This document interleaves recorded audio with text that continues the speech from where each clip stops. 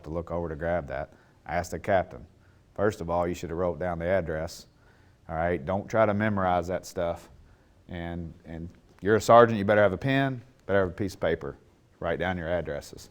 If he asks you what the address was and it's in your head, all of a sudden it's out of your head because you got your lights and sirens on and you're going down the street, you know, not knowing where the hell you're going, that's going to be a bad thing for you when you get back to the house, because I'm sure he's going to pick up the radio and ask for the address again, but it's your ass who didn't write it down, didn't tell him en route what it was. So just make sure you're writing that down. And don't mess around on cell phones and texting and all that stuff. We'll talk about that here in a little bit, but surely to goodness you're driving, you're not touching those, all right? I wouldn't even keep them in your pocket because they vibrate a little bit here and there and you feel like you need to grab it.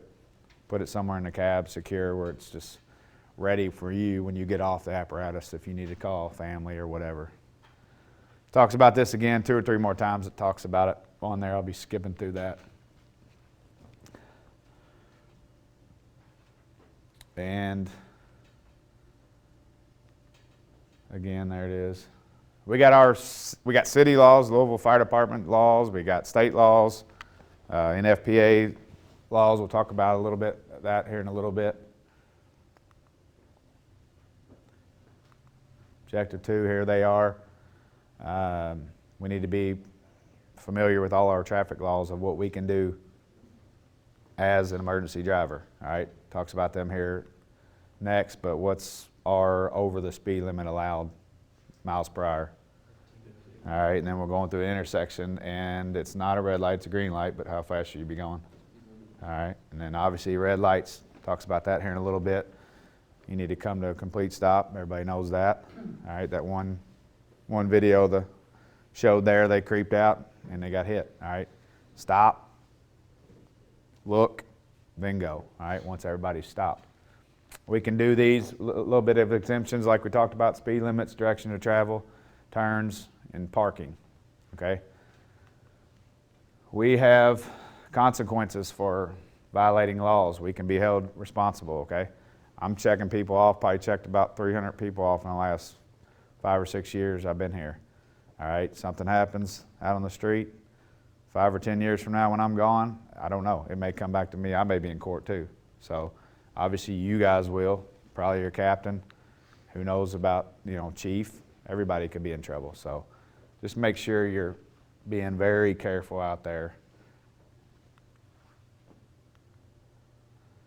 Reasons for accidents and our collision consequences. We're going to be delayed. The majors are going to be called. Cops are coming to do a report. We got to send another apparatus. It's a fire with a rescue, and engine 12 is supposed to be first in. They just had a wreck. They got to stop. Now engine 10 is going to be first in, but how many minutes are they behind them? All right, you start getting into that part of it. You got litigation, and then obviously we got to fix the fire truck. So that's going to cost us some more on our fire department budget that we already downsized tremendously. Okay. NIOS does reports on firefighter fatalities and wrecks as well. Driver operator, most important responsibility, safety operate apparatus. That's why we're here. In intersections, the most common place for collisions, pretty obvious. All right. We'll do a test at the end of the year. I don't know if Chad's doing a midterm, but I'll do 5 questions out of here. It'll be basic.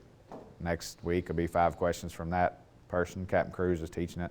It's not going to be anything difficult, so don't worry about that part of it. So driver operator safety, maintain situational awareness. We'll talk about that here in a little bit, how important that is. Know your laws and keep complete training in controlled environment. So backing, as you guys know, something lately that has just happened for some dumb reason, too much. All right.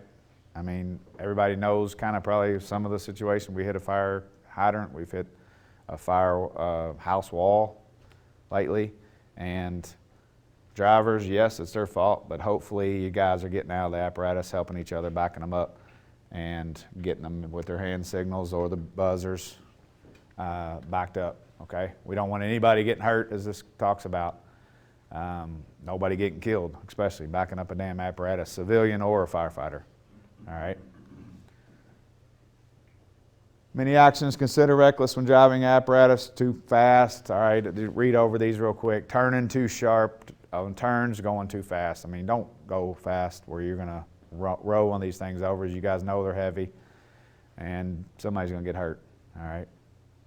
Make sure everybody's got their seatbelt on. Talk about that here in a little bit as well. Am I gonna lecture you on make sure everybody's got a seatbelt on before you make a run? Or you're not going to make the run? No, I'm not going to talk about that. That's between you and your captain, but a lot of guys are going to be getting ready, as you guys know, in the back of apparatus on box alarms. So just make sure you're safe. Make sure you get them there safe. That's the number one job. Excessive speed, just talked about a little bit of this. Lose control. Braking's going to be tougher. Brake fade could happen. There's our course down the lower lot there. All right, got to be trained on the assigned vehicle. If you want to drive whatever, truck, you got to be certified on truck driving. All right, then get your 10 hours, then get certified with the major to get differential, or once you become a sergeant to get assigned to that house. Got to know what you're doing on each piece of equipment. Like Colonel said, you got 4 or 5 different pieces in the department. All right, if you're certified on it and you ain't drove it for 6 months, if you get to that house, I ask the captain immediately if we can go out for a ride, especially hook and ladder. You're a senior aerial and you're certified, and you just want to get certified for the hell of it, and then all of a sudden, 6 months from now, they need somebody because it's June and 5 people took off vacation to go to hang out with each other at the lake. You get called in and you're driving. Get out on that piece of equipment on the street, get familiar with it, put the ladder up, all right? Where they're at now, truck 1, truck 3, truck 4 can be an auxiliary now. Truck 8 can be an auxiliary senior aerial if it gets put on track. So those houses are usually, you ain't got to ask nobody twice. They'll say, let's do it. Let's get out. All right, let's get familiar with it. Let's put the stick up. Let's whatever you need to do on it. All right.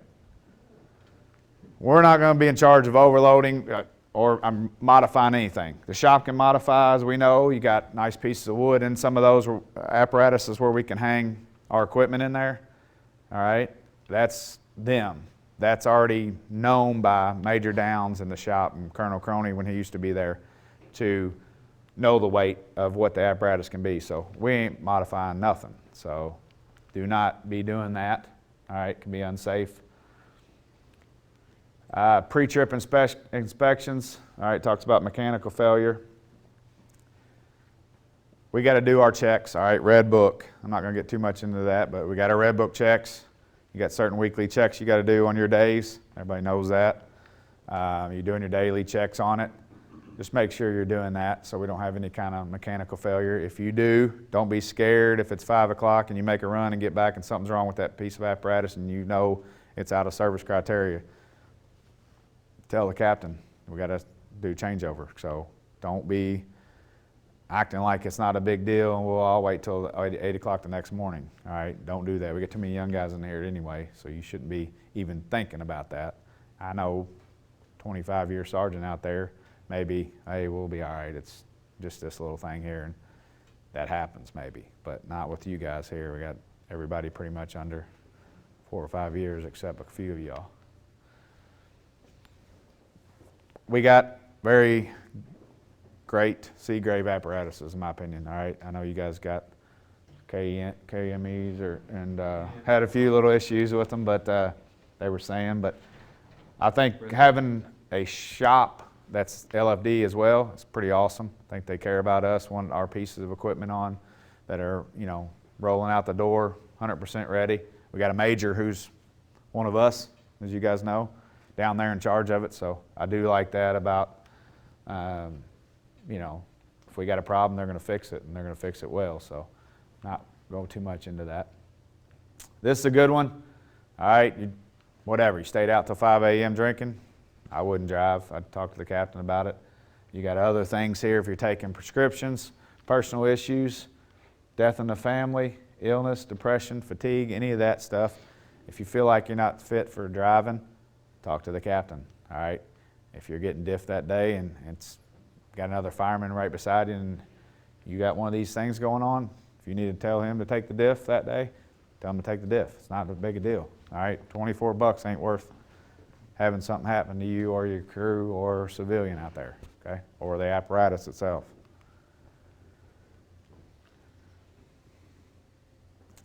Last sentence there, I've seen it done. It's one of my pet peeves. It's just asinine to do it. All right, I know guys come out of my class that have had issues and had to write letters and stuff. It's not worth it, all right? It's almost like you want to be in this uniform overly nice when something like that happens with a quick little smile and wave if they pull out in front of you. All right, I know if you hit somebody and it's their fault, you're going to get a little pissed off, but as long as nothing happens, it's one of those things. We'll talk about it later too, but Engine 5 makes 3,000 runs, rolling out the door, taking a right. Sir, we make 45 runs. Well, there you go, there you go. I knew I had that wrong, but. Well, since we shit, what are you going to do? Yeah. If you roll out and those cars are backed up right there, 15, 20 deep, how many times do you think they've had a fire engine up their ass? You think it's 3,000 out of the 4,500 because you make so many damn runs and 5 out of the bedroom and all this, but really, they may have seen a fire truck up their butt none or one time in their life. So they're going to flip out a little bit. It talks about that here in a little bit, but rude gestures and things like that just ain't going to fly. Somebody's going to have a cell phone. Somebody's going to report you. Somebody's going to call on you. Next thing you know, you're meeting with somebody major, writing letters. So again, to me, it's unprofessional as hell anyway. We talked about that in drill school. Be professional. Don't need to go into too much of that. Don't get angry. All right. It's just not a good sign, not a good look for us, for sure. Common causes of collisions. Now we're into ensure all personnel riding on the apparatus. Talks about seat belts, protective gear. Again, we need to be having our seat belts on. Hopefully you guys, again, are new enough as firemen to get ready real quick. Everything on the left side at least before you get in the apparatus, before he's ready to row. Sometimes I get it. You're going to be working out downstairs and the sergeant's sitting there at the joker stand. He's already got the apparatus started. You better get up in there and get in the apparatus and be ready to go. Same thing with the driver, as this chapter's talking about. Make sure they get on the apparatus and shut the doors. All right, don't be taking off without anybody or doors open or whatever. So just be careful on that part of it. Again, talks about that. Seatbelts fastened. I'm not going into that too much. It done talked about it a little bit. All right, we don't load large diameter hose too much moving. All right, we usually roll it up. I talked to your guys. Y'all roll it up too. Get the air out of it. Take it to the back of the apparatus. The only time really we're probably moving back is 100 feet down the road. We had a 5-inch lane on the ground that's already rolled up. We'll back up to that. Just make sure you're using your backup buzzers, your hand signals, and be safe. We'll talk about that in a little bit more in the a little bit later in this chapter, but just make sure you're being very cautious and can see everybody and you're getting hand signals used. Garbage men are my new heroes because they're the only ones that can ride on the back of these big rigs. I wish we could still do it like the 70s, but it's just not going to happen. So don't be doing that.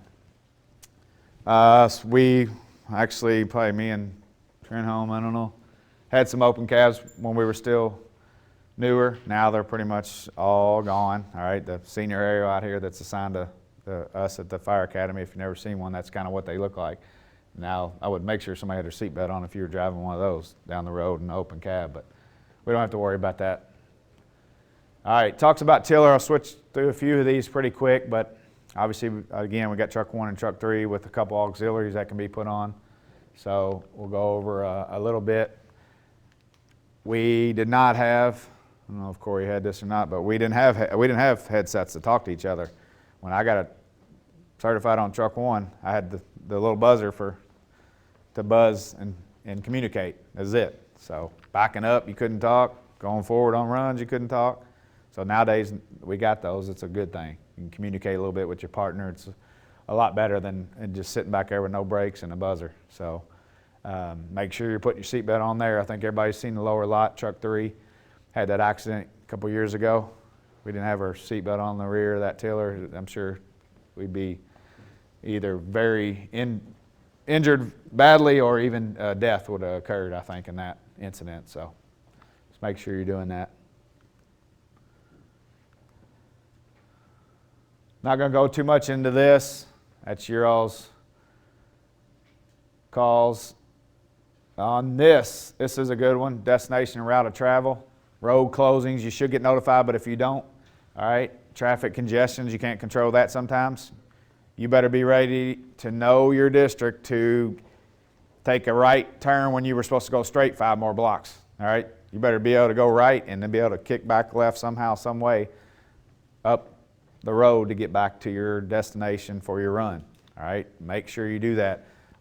One good thing, kind of story, whatever, old captain at 17s, I was always detailed there on another shift, but one of his guys never got certified for like 2 more years because he couldn't tell the captain the route of travel from certain places to certain places. He wouldn't sit there and make it easy and go from 18th and Garland, give me to this address. He would go from 22nd Hill, get me to whatever, 18th and Hill. He'd make it that way because guess what? You go on a med run, guess what's going to happen when you get in the cab? Box alarm with the rescue from that address. So I thought that was a very good point and a very good thing that he did. Did it take, Captain DePoyster, did it take him extra time to get certified? Yeah, but he knew where the hell he was going, I guarantee you that. And he respected the captain for doing it. So I know we kind of get certified now without that going down, but that's a good practice thing for you to stand there with your new firefighter with you or something with your back turned to the map and practice some of that stuff. Don't just practice from the firehouse to a run. Practice elsewhere. I'm not going to get too much into this. Some of this stuff's shop. Some of it's just what I'm going to skip through because we got 140 slides. Normal shutdown seems, I've been on 20 years. I've never seen somebody back an apparatus and let it sit. It gets shut down and you go eat dinner or whatever. Ever do that, that's for sure.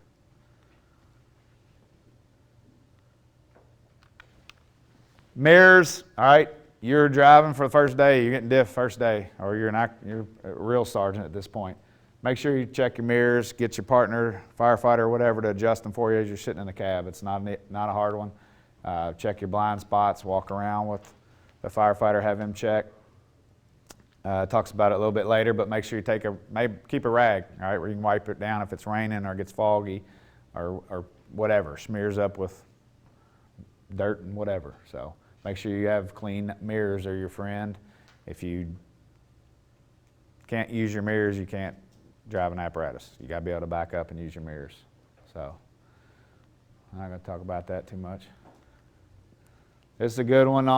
When I came in, like Truck 4 had on their tip had like a little piece of wood hanging down, so the sergeant could see it. Knew where that ladder was at the very tip when it was in. You were driving, is what I'm saying. So that was something that we modified, but obviously it didn't hurt anything. It let you know where that was. So my main one, I guess, would say what quad 6. Where's it at now? It's auxiliary truck 4. Sometimes that is huge in the rear. Plus tower 2. So if you're driving those, you really got to know when you turn, that thing's going to swing out. I've seen Tower 2 hit the 2nd Street Bridge a few times and hit cars that are parked because when you kick that thing out, you got to know that you're going to leave yourself some clearance or you're going to hit something. Understanding weight transfer, read over those real quick, but obviously we got water in our engines. Try not to oversteer these things, and especially overcorrect. They could roll over. We don't want that happening. If it's harsh conditions out or if it's ice and snowing, definitely be extra cautious, as you guys know. With chains on, be very cautious with them. Poor weight distribution can be unsafe, as we know. You can not just have a wreck, but you can damage the axles and tires, all right? Tires are huge. Making sure you're checking tires on your checks, all right? Making sure we got good tires out there. Shop will put new ones on. You've seen them. They got 45 of them sitting in the bay over there on the left side of that shop down there. We're not overloading because the shop's going to tell us what we can put on there. Not going to get into that. I know told one little quick story. Sergeant Gravis, the only person I ever seen down shift. I don't know if you ever seen it down truck one, but we'd be riding, and then I'd work a trade or whatever, and he'd downshift, and I was like, what the heck? But he did that to help out. Obviously now we got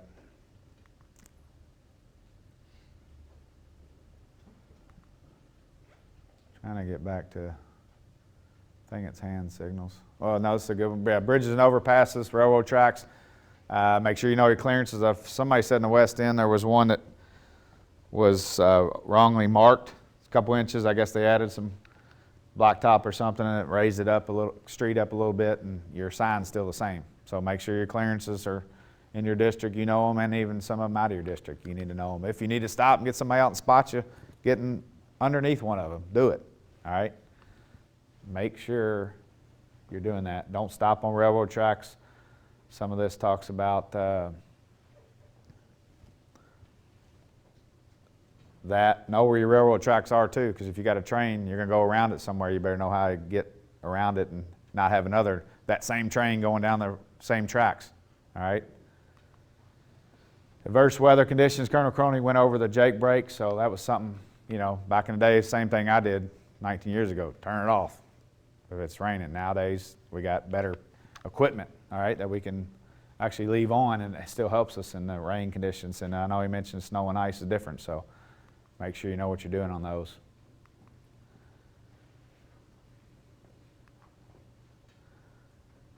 We talked about a little bit about you coming on the ass end of somebody. They've never been on an emergency run, or they've never been approached by an emergency vehicle, I should say. Just make sure you're not, you know, hitting that horn 25 times, because it's going to scare the hell out of them. They're going to do something crazy up there, all right? Let them pull to the right. Let them pull over and stop, all right? Don't pass on the right, all right? They're going to eventually, you pass on the right, they're going to come over there and bang you, because they hopefully know that law. But they may stop in an intersection. You better be ready, better be defensive. You following another piece of apparatus too. Don't get too close. There was one wreck in there. Looked like an apparatus had to stop because it was going to hit something, and the apparatus behind it following them ran into them. And double houses, what do we do on runs together? Go the same way, route, right? Everybody know that? Engine 2, truck 1 makes 800 south, 400 south 8th. They're going the same way. I know on a box alarm, somebody may take the rear, one of the apparatus, somebody's not. Yeah, it's different a little bit later in the run, but make sure you're remembering to do that and keeping a safe distance. This is a good one for just being defensive driver and just being a good driver. Aim high and steering. This goes with your regular vehicle as well. Get the big picture, all right? Peripheral vision. Make sure you're looking left and right a little bit, all right? Leave yourself an out, like Colonel Croney said. Maintain distance, just talked about that. Make sure others can see and hear you. Talks about that here, I think, soon, but we'll talk about that. You got radios now, you got people wearing earbuds and all that kind of stuff, so you got to be very cautious about who is hearing you and seeing you. We got audible and visual warning devices, like it says here. They may not hear you, they may hear you. Act like they don't, okay? Be very defensive driving when you're in these heavy pieces of equipment. When you're on the highway, I think it talks about that in the slide later, but can't really hear those sirens, you know what I'm saying? So make sure you know that that's going to happen. Here it is right here. I've been in my personal car, and ambulance, especially on highways, it's just hard as hell to hear them until they get right up on you. A couple of those numbers may be on the test, so if you want to remember those, but we got headsets now. Most apparatuses are working, hopefully. When I came on, we didn't even have any of those, so hopefully you're all using them and communicating that way. It's just talking about, it does make it more difficult to hear ambient noise or sirens of other emergency vehicles, so still use all your laws and your driving techniques of stopping at stop signs and red lights. You got whatever, another company coming down the road, they got the right of way. White lights, color lights, warning lights, headlights, make sure you're driving non-emergency with your headlights on. All right, flip those on when you flip the ignition on. Most personal vehicles now have them on daylight running lights. All right, talks about that with your low beams. Use defensive driving techniques, all right, even through green lights. Maintain speed, allows a quick stop, safe, evasive maneuver. You don't know who's going to come up. How many people come up and roll through red lights to turn right on red nowadays?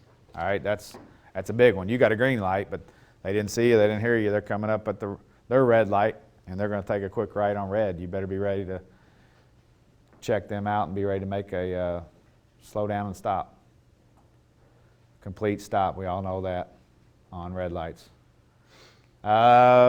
Name some, truck 8, truck 1, 17s have one. The pull, turns it red out front? No. If they do, don't act like it's going to work and somebody's stopping. You go up on the end of that ramp and act like you're at a red light still, okay? Because 15s I know has one, and that's a one-way street. Red flashing to them is like, oh, there's a firehouse there. I know there's a firehouse. That's what that is, you know. Well, no, it's actually for them to stop, but they're rolling. If you pull out 12 feet instead of 10 on 15s, you could have a bad accident, especially them coming down with cars on each side of the road. So just make sure you're using those if you use them, but also act like your ramp at the end's a stop light so you can see. So some people just don't stop nowadays anyway, so it's terrible. Intersections, done talked about that. Likely place for collisions. Be cautious. Full stops, we know the law there. It's best to avoid passing vehicles that do not pull over to yield to apparatus. Safe passing if necessary. Innermost lane, talked about that. Avoid passing on the right, talked about that a little bit. Make sure opposing lanes are clear before crossing that center line. All right, we can do that, but you better be damn sure that nobody else is coming there. We don't want an accident like that, especially it's going to be a head-on collision. So,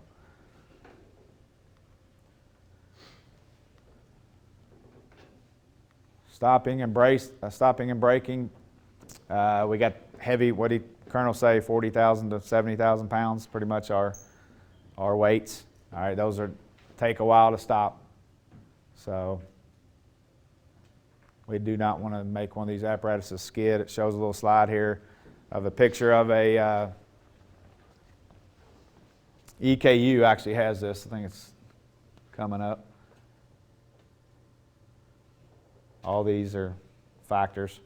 There you go. The EKU has that at their fire school, I've heard. So anyway, our budget's not going to allow for that in the lower lot. So you won't be skidding around the lower lot. So just make sure you're careful out there on the street. That's talking about skid training. Skid training. Icing conditions, again, better be very cautious out there on the road. All right. Loss of vehicle control, sometimes due to driver error. That's us. It happens. Hopefully it's not happening when you're driving, because you should be doing the speed limit or what it says we can go over the speed limit. All right. Anybody ever seen the fire truck go over the roundabout? It gets like 2 feet in the air. You know, it's snow in your district or whatever. That dude may have just been nuts that day and said, screw it, I'm going. But don't do that. Know where everything is in your district. Know where even speed bumps. Some of y'all may have some 4th district and maybe 3rd a hair. I don't think 1st and 2nd has to worry about that too much. But yeah, don't bang one of them going fast and fuck some shit up.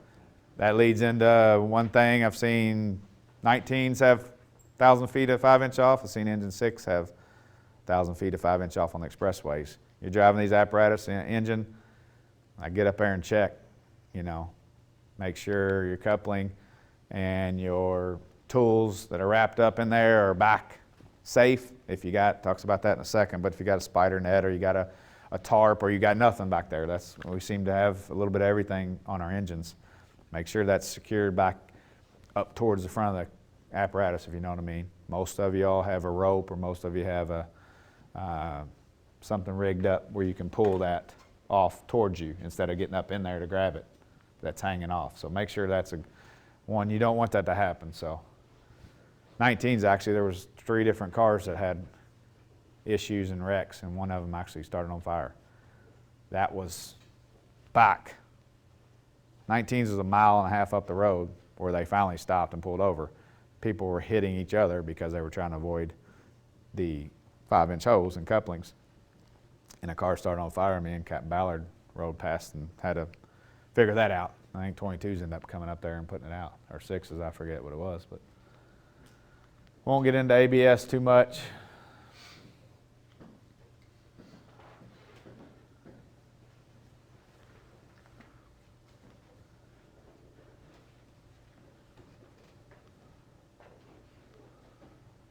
All right, back to backing apparatus. It's very important. Again, we've hit some things lately that we shouldn't have hit.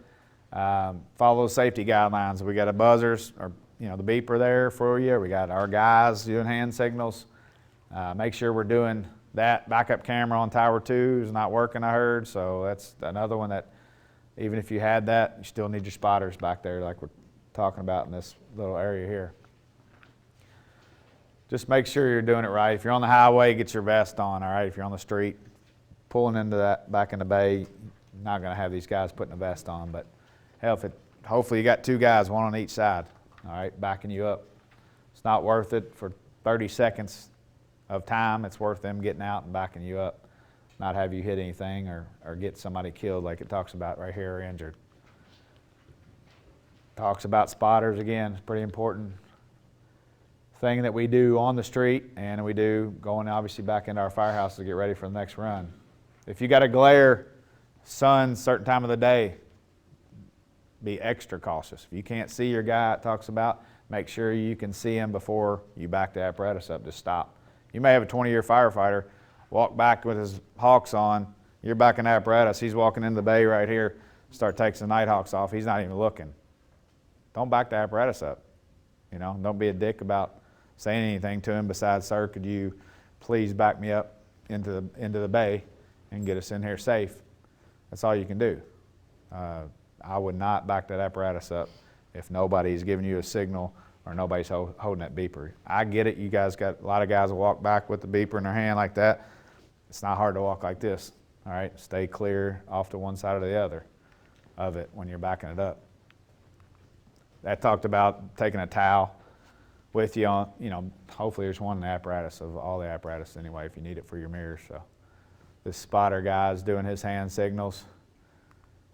Just make sure you're doing that. Again, it's not a big deal until we hit something, and then you're writing letters, and you're coming down here for 4 hours remedial driver's training, and everybody in your company's writing letters. Major's going to take pictures of it, and it's pulling up, where everybody can see them and how goofy it looks. Talks back to tiller operations a little bit. We'll go into this just real quick. Again, if you don't know, they don't have a brake back there. So you're at their mercy, or your mercy of turning the wheel wrong. So you better know what you're doing in those things. Come down here, get some extra practice in. It ain't just like driving an engine. No, it's a big med unit, or it's a big truck. No, tiller is a lot different. So make sure you're doing extra training for that. Talks about stop and distance. A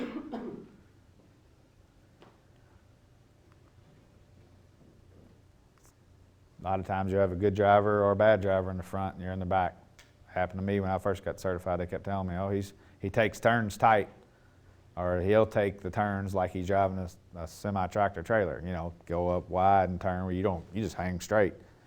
But you got to be ready for that. You got a guy that takes sharp turns, you better be ready to kick it out the opposite way. Get out a little bit and then straighten it back up. You got to work a little bit more. I guess is what I'm saying. You got to know that driver, what he does. So hopefully all that plays into with the tiller, senior aerial operations.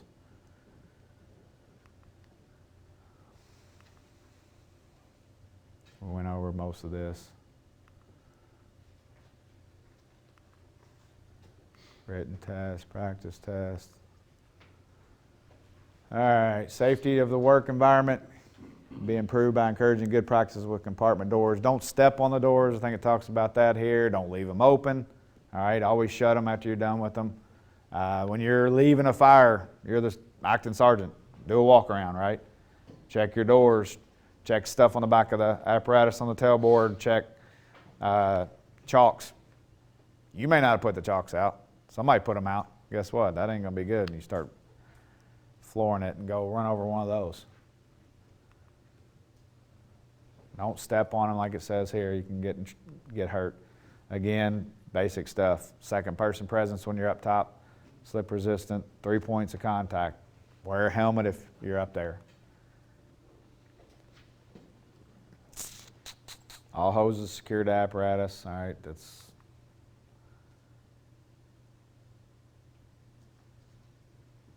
we know that. I was a captain on 19s. We had a nozzle fall off, and we jugged 200 feet of hose on a box alarm on the sergeant's side. He didn't see it. You know, it got pulled up under the wheel well, and we just drug it. But stuff like that can happen. Had to write letters and get a new couple sections and a new nozzle. So this is one like 17s, and now we got new Quint 9 and Quint 10. The chutes on the side, you got to put the hose in there right. You guys know that. Got to load it right, or it's not going to come off right. You got to load 17s right, or it's going to get hooked up underneath there. All right, just you guys know what to do there. Your guys before you teach you how to do that. So pretty easy. You just don't want anything damaged. When we lay hose, you want to lay it to what side of the road, right? If you're a new guy, and especially on one-way streets or tight streets, make sure that hose is getting out of the way. Don't have your O2 bottles and different things that it's talking about here, Axis, unsecured, pretty basic. I know it happens sometimes, but try to get it secured in the brackets or in the storage and compartment engine to shut that down so it doesn't fly around if something does happen. Not going to get too much into this. The stuff, hydraulic fluids can cause injuries, all right? Can put an eye out. Make sure you're messing with your tools, that you have your safety glasses on, all right? That's all I'm going to say with that. Don't pierce your skin like it talks about right there in the warning. Moving your caps, all right, slowly open, use bleeder valves, drain valves, releasing trap pressure, move the caps slow and careful. Don't stand in front of them, all right, get your shit knocked off. They don't feel very good.